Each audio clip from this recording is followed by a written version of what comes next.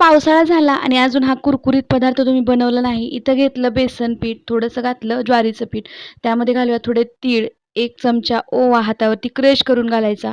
चवीपुरतं घालायचं मीठ. इथं एक वाटण तयार करून घ्यायचं. त्यामध्ये घालूया आता बारीक चिरलेली कोथिंबीर. इथं मी मिरची, लसणाचं वाटण तयार करून घेतलेलं आहे. हिरवी मिरचीची पेस्ट घातली.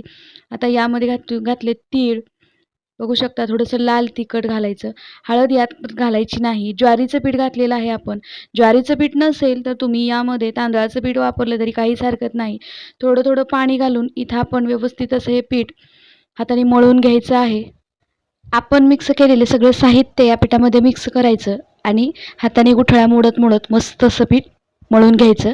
बघू शकता इथं मी थोडं-थोडं पाणी घालून हाताने गुठळ्या मोडून घेते. पीठ मस्त असं मळून झालेलं आहे. थोडंसं मीठ मला कमी वाटलं म्हणून यामध्ये मी थोडंसं मीठ घातलं आणि बघा अशा पद्धतीनं पातळ करून घेतलं. बघा इथं आपलं पीठ तयार झालेलं आहे. आता इथं घेतलेले आहेत मस्त असे मी ब्रेड.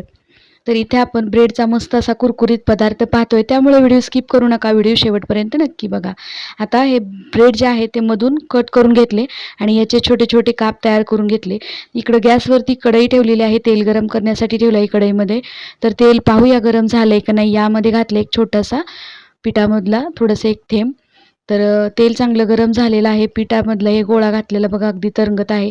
तर आपण जे ब्रेडचे स्लाइस करून घेतले होते, ज्याचे तुकडे करून घेतले होते, सगळे तुकडे या तेलामध्ये घालायचे आहेत आणि मस्त असे तळून घ्यायचे बघा मस्त. तर या पिठामध्ये सगळे आपले ब्रेडचे तुकडे घातले आणि हे पिठामध्ये मिक्स करून व्यवस्थित असे चमच्याच्या साहाय्याने तेलामध्ये सोडायचे.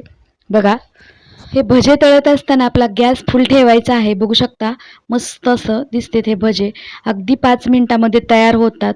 पावसाळा चालू झालेला आहे आणि आपण आपल्या घरामध्ये अजून हा कुरकुरीत पदार्थ बनवला नसेल तर नक्की ट्राय करा आणि मला कमेंट करून नक्की सांगा तुम्हाला माझा पदार्थ कसा वाटला.